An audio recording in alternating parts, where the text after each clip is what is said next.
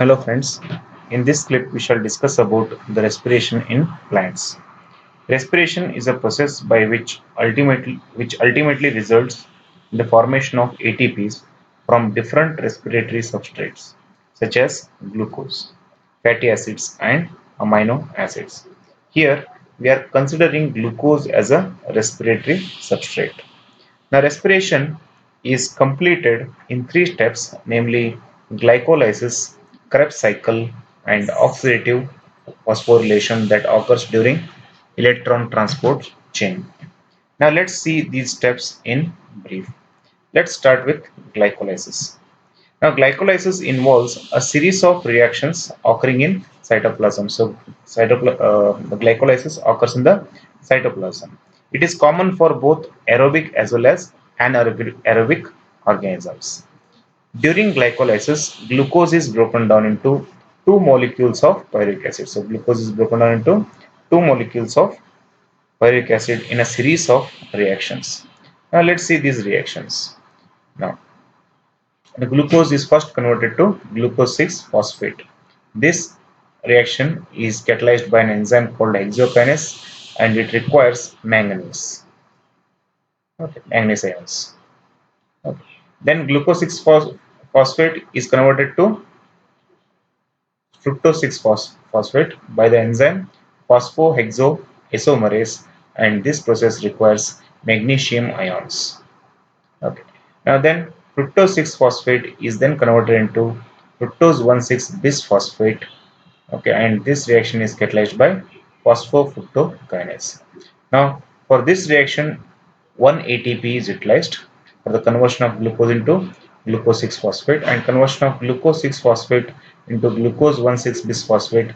One ATP is utilized. So totally two ATPs are utilized in glycolysis. Then fructose 1,6 bisphosphate is then converted into triose phosphate. Okay, and this reaction is catalyzed by an enzyme called aldolase. Then triose phosphate, there is nothing but glyceraldehyde 3 phosphate, which is 3 carbon compound. Okay, then it is converted into two molecules of 1,3 bisphosphoglyceric acid. Okay, so each triose phosphate is converted into two molecules of 1,3 bisphosphoglyceric acid. Okay, and this reaction is catalyzed by triose phosphate dehydrogenase, and in this step, NAD is reduced to NADH. NAD is reduced to NADH. Now, NAD means nicotinamide adenine dinucleotide. Okay, it is reduced by accepting an electron. Okay, to form NADH. In the next step, this 1,3-bisphosphoglyceric acid is converted to two molecules of 3-phosphoglyceric acid. Two molecules of 3-phosphoglyceric acid. In this process, ATP is synthesized from ADP, and this reaction is brought about by phosphoglyceric acid kinase and also requires magnesium ions. Okay, and this is the first substrate level phosphorylation. That is, this phosphate, okay, which is added to ADP, it comes from the substrate, directly from the substrate. That is what is called substrate level of phosphorylation. So in this process, ATP is synthesized from ATP to ADP. One molecule of phosphate group is added to form ATP. Okay. Now, this 3-phosphoglyceric acid is then converted into 2-phosphoglycerate by the enzyme by the action of the enzyme called phosphoglyceromutase. Then each 2-phosphoglycerate is converted into phosphoenol pyruvate by the enzyme by the action of enzyme called enolase, and this process requires magnesium ions. And finally, phosphoenol pyruvate is converted to pyruvic acid. Okay, it is converted to pyruvic acid by the enzyme pyruvic acid kinase. And in this process also ATP is synthesized. Okay, one ATP is synthesized. So like this, in the entire glycolysis, two molecules of ATP are used and four molecules of ATPs are produced. Okay. Since there are two triose bisphosphate, two 1,3 bisphosphoglyceric acid molecules are there, so two ATPs are produced here. Similarly, since two molecules of phosphoryl pyruvate is there, two molecules of ATPs are produced. So number of ATPs produced is one. Here two ATPs are produced. Here two ATPs are produced. Totally four ATPs are produced, and two ATPs are utilized. Hence, the net gain of ATP from glycolysis is only two. Four ATPs are produced and two ATPs are utilized.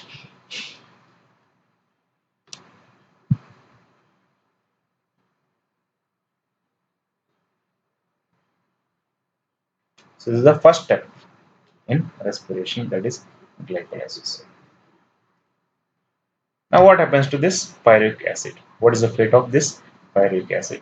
That we shall see. Now the fate of pyruvic acid is different in aerobic respiration, and it is different from aerobic respiration and anaerobic respiration. Now let's see what is the fate of pyruvic acid during anaerobic respiration, that we shall see now. Now, anaerobic respiration is nothing but fermentation. So, fermentation is an anaerobic process in which pyruvic acid, okay, which is formed from the glycolysis, it is either converted to ethanol, okay, that is ethyl alcohol, or lactic acid. If it is converted into lactic acid, it is called lactic acid fermentation. If it is converted into ethanol, it is called alcoholic fermentation. Okay. Now, this fermentation process occurs in anaerobic or microorganisms and also in muscles of animals. In this process, a molecule of NADH is oxidized. A molecule of, in both processes, a molecule of NADH is oxidized and NAD plus is formed. Okay. Now this is lactic acid fermentation. This is alcoholic fermentation. Let's see this in detail here in the next slides. Now first, we shall discuss about alcoholic fermentation. In alcoholic fermentation, pyruvate is converted to ethanol. Pyruvate is converted to ethanol. Now this process is completed in two steps. In the first step, pyruvate is first converted to acetaldehyde by the action of enzyme pyruvate decarboxylase. Pyruvate decarboxylase converts pyruvate into acetaldehyde. In this process, one molecule of carbon dioxide is released. Okay. Then alcohol dehydrogenase enzyme, it converts acetaldehyde into ethanol. Okay. And this in this process, one molecule of NADH is oxidized to NAD plus. So here oxidized means it loses electrons, okay, to form NAD plus. This is alcoholic fermentation. This process we are discussing about here. Pyruvic acid is converted into ethanol. So first, from pyruvic acid, acetaldehyde is formed, and from acetaldehyde, ethanol is formed.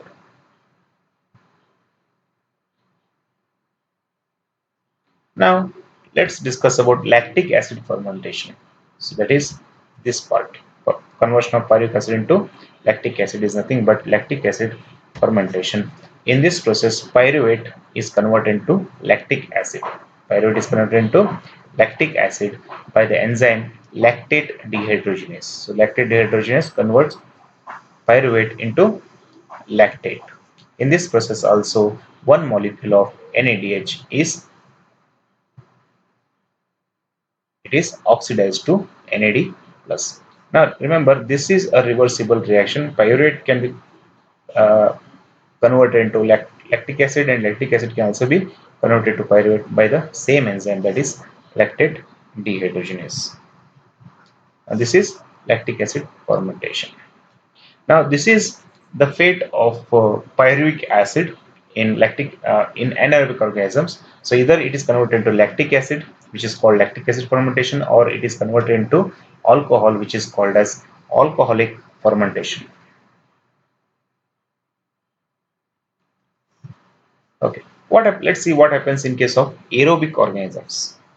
Okay. So in aerobic organisms which have mitochondria, okay, conversion of pyruvic acid into acetyl CoA occurs.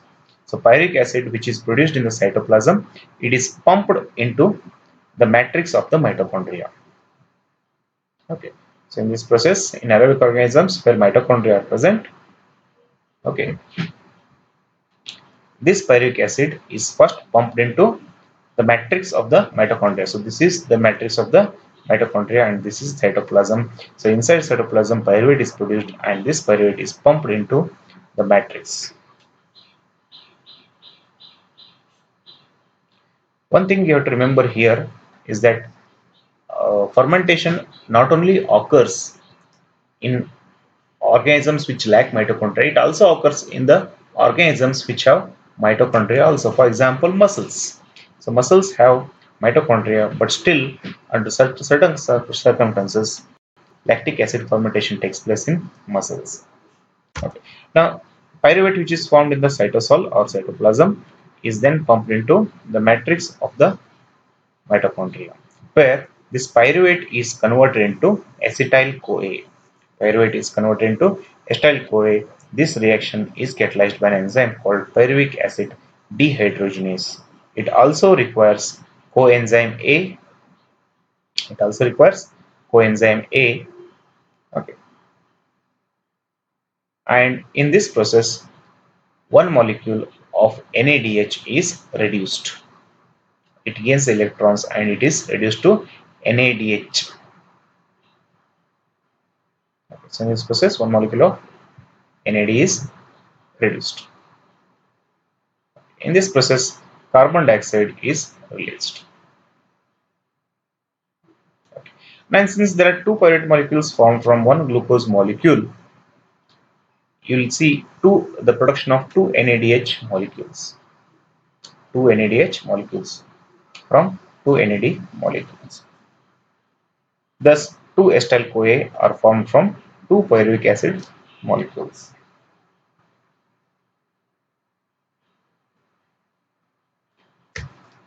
In the next process, this acetyl-CoA enters Krebs cycle that occurs within the matrix of the mitochondria. Now let's see the details of Krebs cycle. Before that, let's see the structure of mitochondria. So, which is the site for aerobic respiration. Now, mitochondria, there are two membranes in mitochondria. This is the outer membrane. Here you can see. So, this is the outer membrane, and this is the inner membrane. As you can see, the outer membrane is smooth. So the outer membrane is smooth and the inner membrane is converted into folds. Okay, it is folded here. You can see it is folded like this. Now these folds, they are called cristae. The folds of the inner membrane of mitochondria, they are called cristae. Here you can see there are many cristae. And on cristae, here you can see the inner membrane. So there are many particles here. Now these particles are called FOF1 particles. These are called FOF1 particles. Now FO particle is the base and F1 particle is the hydrogen. Here you can see. Now these particles, they are also called as Racker's particles or FOF1 particles. Sometimes they are also called as oxysomes. They are called oxysomes. They are important for the production of ATP. They are important for the production of ATP. How they work or how they function, we shall see later. Okay. So the inner membrane, okay, it is the site of many enzymes, including the enzymes for electron transport chain and also the enzyme ATP synthetase, which is a part of these FOF1 particles. Within the inner membrane, you will see jelly-like matrix here, jelly-like matrix, which contains different substances, okay, and organelles like ribosome is there. There is a circular DNA molecule is there. Okay. Right. The main function of the mitochondria is aerobic respiration. Now we know that the pyruvic acid from the cytoplasm, it has entered into the matrix here, and inside the matrix this pyruvic acid is converted into acetyl-CoA. Next, what is the fate of this acetyl-CoA? We shall see in the next slide. Now, Krebs cycle. Now, Krebs cycle occurs in the matrix of the mitochondria. In this process, acetyl-CoA, which is produced from pyruvic acid, this acetyl-CoA it combines with oxaloacetic acid. Acetyl-CoA is a two-carbon compound. Combines with oxaloacetic acid to form citric acid, which is a six-carbon compound. Now, this citric acid is then converted to various products. It is then converted into various products in sequential manner to regenerate ultimately citric acid cycle. Since in each cycle citric acid is regenerated, it is also called as citric acid cycle. Since citric acid is a tricarboxylic acid, it is also called as TCA cycle or tricarboxylic acid cycle. Okay. Now let's see what happens in this cycle. First, acetyl-CoA it combines with oxaloacetic acid to form citric acid. Then citric acid is converted into alpha ketogluteric acid. Alpha ketogluteric acid is converted into succinic acid. Succinic acid is converted into malic acid, and malic acid is converted into oxaloacetic acid. Again, it combines with acetyl-CoA to form citric acid, and this cycle continues. Okay. Now here you can see there are 3 points where NAD is reduced to NADH. This is one point, this is second point, and this is the third point. Okay, and there is one point where FADH2 FAD is released to FAD is oxidized reduced to FADH2. So in a single Krebs cycle, 1, 2, 3, 3 NADH are produced in one Krebs cycle, but since there are two acetyl-CoA produced from single glucose molecule, for oxidation uh, of glucose molecule, okay, we require two cycles of Krebs cycle. We require two cycles because each glucose molecule can produce two acetyl-CoA. Okay, each acetyl-CoA enters one cycle. So like this, two cycles are required for two acetyl-CoA, okay, to be converted into citric acid, and the entire Krebs cycle. Now this is what is given in your book. It appears incomplete. Here you can see it appears incomplete. Now let's see the complete details or the complete steps. Some steps are missing here. Those steps we shall see in the next slide. You should also remember that here in Krebs cycle, okay, GDP is converted into GTP. So one molecule of GTP is formed in one Krebs cycle. Okay, so when the GTP is synthesized, even the ATP is also synthesized. So GTP is equivalent to ATP here. So once it is a coupled process actually, in which when the GTP is converted to GTP, even ADP is converted into ATP. So GTP is equivalent to ATP. Now let's see those missing steps in the next slide. So this is the complete cycle. Acetyl-CoA, it combines with oxaloacetic acid or oxaloacetate to form citrate. Citrate is converted into cis-sapotinate. Cis-sapotinate is converted into isocitrate. Isocitrate is converted into oxalosuccinate. Oxalosuccinate is converted into alpha-ketoglutarate. Alpha-ketoglutarate is converted into succinyl-CoA, and succinyl-CoA is converted into succinate. Succinate is converted to fumarate. Fumarate is converted to malate, and malate is converted into oxaloacetate. So these are the enzymes which are involved here, okay, in these reactions. For example, citrate synthase is important for combining acetyl-CoA and oxaloacetate to form citric acid. Similarly, there are many enzymes here. Okay. Now, during the conversion of isocitrate to oxalosuccinic acid, okay, one molecule of NAD is reduced. It is brought about by enzyme isocitrate dehydrogenase. And a molecule of carbon dioxide is released when oxalosuccinic acid is converted into alpha ketogluteric acid. Similarly, here alpha ketogluteric acid is converted to hexanoic-CoA. During this process, carbon dioxide as well as one molecule of NAD is reduced. So here during the conversion of succinyl-CoA to succinate, ADP is converted to ATP. Actually, GDP is converted into GTP, and at the same time, in a coupled reaction, ADP is converted into ATP.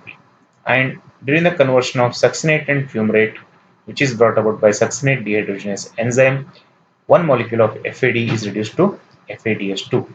And here you can see during the conversion of malate to oxaloacetate, one molecule of NAD plus is reduced to NADH. So there are 3 points, 1, 2, and 3, where NAD is reduced to NADH, and there is one point where FAD is converted to, or you can say FAD is reduced to FADH2.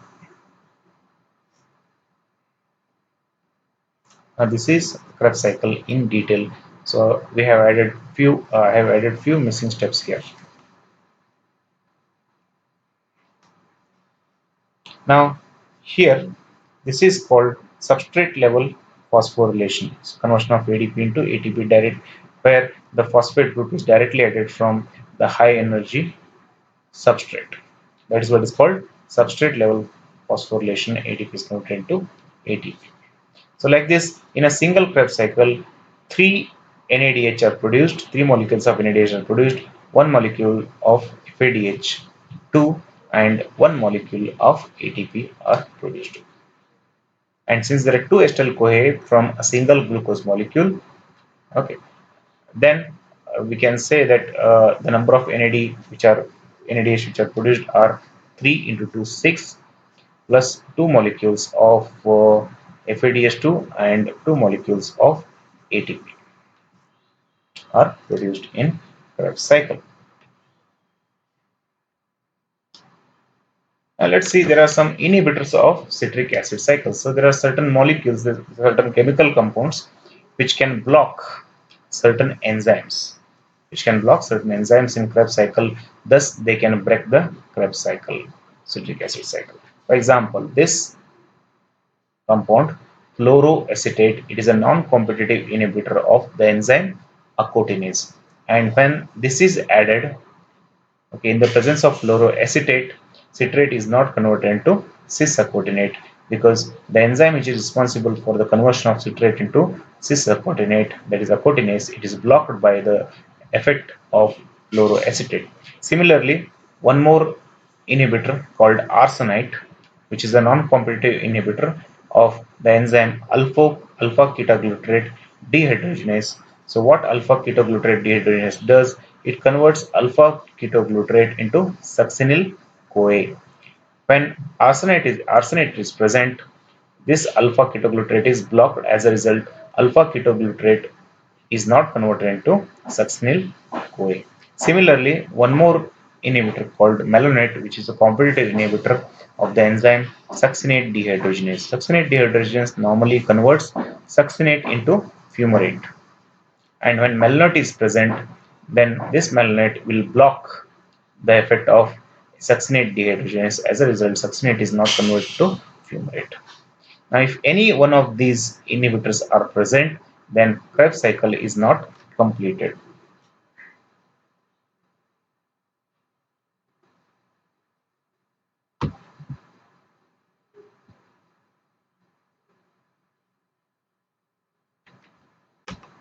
Now, this is the overall reaction. Actually, Krebs cycle starts from acetyl CoA, but they have mentioned pyruvic acid here. So, let's say pyruvic acid. When pyruvic acid is converted to acetyl CoA, one NADH is produced. Okay, so three NADH are produced from the Krebs cycle. Okay, this is just one Krebs cycle. Okay, so 4 NAD, 1 FAD plus, okay, 2 water molecules and 1 ADP molecule. They react to form 3 carbon dioxide molecules, 4 NADH molecule, 4 protons, 1 molecule of FADH2 and 1 molecule of GTP, that is equivalent to ATP, is formed.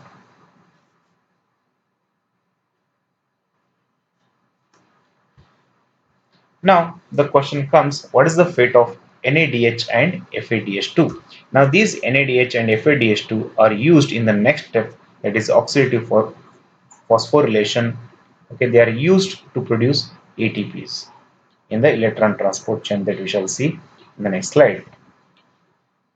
Now this is a simplified electron transport chain showing different components here. Okay, right. So in this process, that is oxidative phosphorylation that occurs in electron transport chain, it is present on the inner mitochondrial membrane. Now in this process, what happens? Electrons, they pass through from different complexes from one electron carrier to next electron carrier in an electron transport system. Now this is the electron transport system. So there are different various components of the electron transport system. So complex 1, complex 2, complex 3, complex 4. Okay. Now each of these complexes, they are made up of few electron carriers from which electrons are carried from one component to the next component. Now the electron transport system, as we have already discussed, that it is located on the inner membrane of the mitochondria. Now in this process, the electrons which are released, okay, electrons which are released from NADH and also FADH2 produced during glycolysis and Krebs cycle pass through a series of electron carriers. Okay, these electron carriers which are present in four different complexes, complex 1, 2, 3, 4, like this. So each complex is made up of its own electron carriers. Now complex 1, it consists of NADH dehydrogenase enzyme. Complex 2 is FADH2. Complex 3 is made up of cytochrome BC1 complex, and complex number 4 is nothing but cytochrome C oxidase. The electrons from complex 4 are finally accepted by oxygen. So electrons which are released from complex number 4, they are accepted by oxygen. Okay, and water is formed here, you can see. So these electrons are accepted by oxygen from complex 4 and water is formed. Hence, the final electron acceptor in electron transport chain is oxygen. It is also the final proton acceptor. It accepts the hydrogen ions, okay, for the formation of water. Thus, oxygen plays important role in removal of electrons and protons from the system by producing water.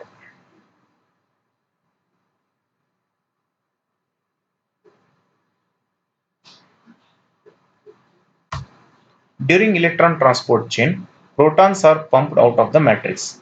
Now this is the outer side, that is intermembrane space here, and this is this blue color one. It is nothing but the inner mitochondrial membrane, and this is the matrix of the mitochondria.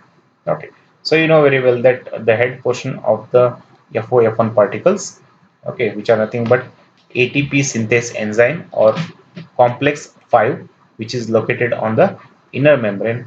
Okay, so the head of the FOF1 particle, it faces the matrix. Now, during electron transport chain, what happens? Protons are pumped out. Here you can see. So these protons, they are pumped into the intermembranal space. Okay, so protons are pumped from the mitochondrial matrix into the intermembranal space. Okay. Now these hydrogen ions or protons, they accumulate in the intermembranal space. They accumulate in the intermembranal space between the inner membrane and the outer membrane. Okay. Thus, the concentration of the protons in the intermembranal space increases. Now, these protons form a protein gradient and start diffusing into the matrix. Okay, so hydrogen ions or protons, their concentration is very high in intermembranal space. They form a concentration gradient and they start diffusing into the matrix through the FOF1 particles, or which is also called as complex number 5 or ATP synthase enzyme, which is located on the inner membrane of the mitochondria. As the protons diffuse, as the hydrogen ions diffuse through the ATP synthase enzyme, ATP is synthesized from the ADP. So when the hydrogen ions, they are pumped, or you can say they diffuse into the Okay, the matrix through the ATP synthase enzyme, ATP is produced from the ADP.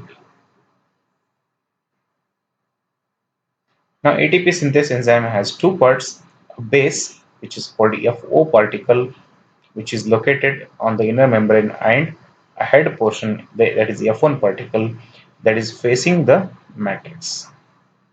So like this FOF1 particles, which are also called as Racker's particles or oxysomes or complex 5, or it is also called it because it contains the enzyme ATP synthetase. Okay, it is also called ATP synthase.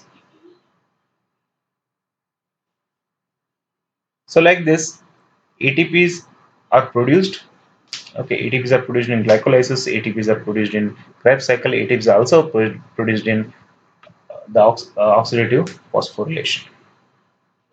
And the NADH and FADH2, which are produced during glycolysis and citric acid cycle or Krebs cycle, they they are used to synthesize ATPs, okay, in electron transport chain. Now let's see the respiratory balance sheet. Now that what you have to remember here is that one NADH molecule in electron transport chain can give rise to 3 ATPs each. So one NADH molecule in electron transport chain, okay, or you can say oxidative phosphorylation, it produces 3 ATPs, whereas one FADH2 molecule can produce 2 ATPs in electron transport chain. Okay. Now, from the glycolysis, directly 2 ATPs are produced.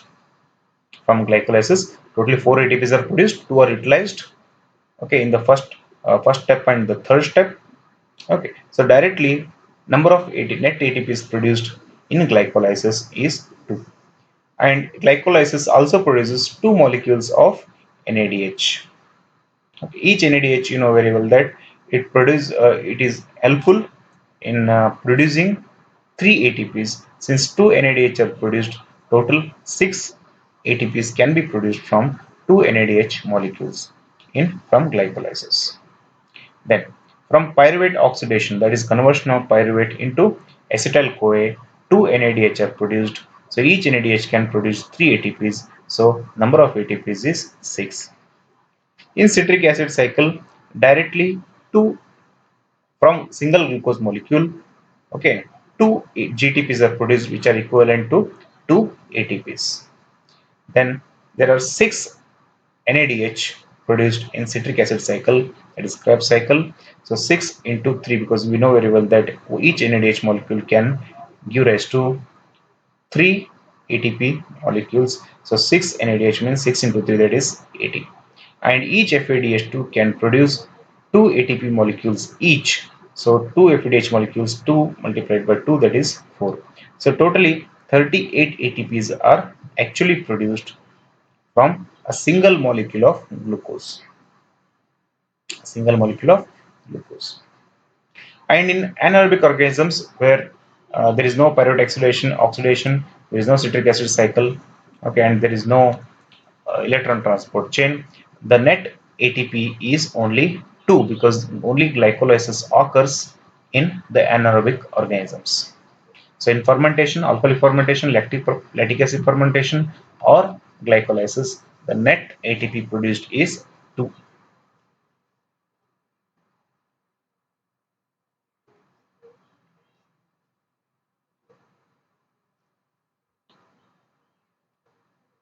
Now in the next clip, we shall solve some questions.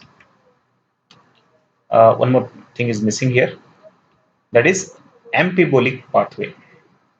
Now, ampibolic pathway means, okay, now there are two types of metabolic pathways. You already know that one is called catabolic pathway, one more is called anabolic pathway. In catabolic pathway, the molecules are broken down. In anabolic pathway, the molecules are synthesized. One example for catabolic pathway is respiration, where glucose is broken down. Where glucose is broken down. Okay. Right. Now, usually what we consider respiration, okay, we consider respiration as a catabolic pathway because glucose is broken down in the process. But in reality, it is an ampibolic process. So it means molecules not only they are broken down, they can also be synthesized during respiration. So that is nothing but ampibolic pathway. Ampi means both catabolic as well as anabolic. So the concept that the phenomenon where we say that respiration is a catabolic as well as anabolic process, okay, or anabolic pathway, we call it as ampibolic pathway. For example, here it is given here.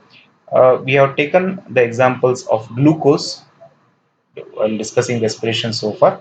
So glucose is broken down into various products. Glucose is broken down into various products. Okay, and finally, pyruvic acid and acetyl CoA are formed from the glucose. Now, this is nothing but catabolism. Now, similarly, fatty acids and glycerol, okay, their oxidation provides acetyl CoA. Now, fatty acid and glycerol, the oxidation of fatty acids is also called as beta oxidation. So, during beta oxidation, fatty acids they are also converted into acetyl CoA, and even amino acids can be used as substrate to produce pyruvic acid. And pyruvic acid is converted into acetyl CoA, and ultimately acetyl CoA can enter into Krebs cycle and electron transport chain. So not only glucose, even fatty acids, glycerol, and fatty acids and amino acids, they enter the Krebs cycle. So amino acids are converted to pyruvic acid, fatty acids are converted to acetyl CoA, and glycerol is converted into dihydroxyacetone phosphate. Again, that is converted into pyruvic acid, then acetyl CoA. Now, what you can see here is acetyl CoA is common for glucose, fatty acids, glycerol, and amino acids. Okay, acetyl CoA is commonly formed, and acetyl CoA enters into the Krebs cycle. Okay, now let's come back to the ampibolic pathway. So, what we have discussed so far is catabolic pathway where fatty acids and glycerol, glucose, amino acids, they're all broken down to ultimately to form acetyl CoA. Now, at the same time, acetyl CoA and pyruvic acid they can be used for the synthesis of amino acids, for the synthesis of fatty acids, which is the anabolic process, which is the anabolic process. That is why it is called as ampibolic pathway, where molecules not only broken down, they are also formed. Here you can see. So fatty acids can be converted to acetyl CoA. At the same time, acetyl CoA is also converted into fatty acids. Okay. That is what is called ampibolic pathway. In the next clip, we shall discuss a few questions based on respiration in plants.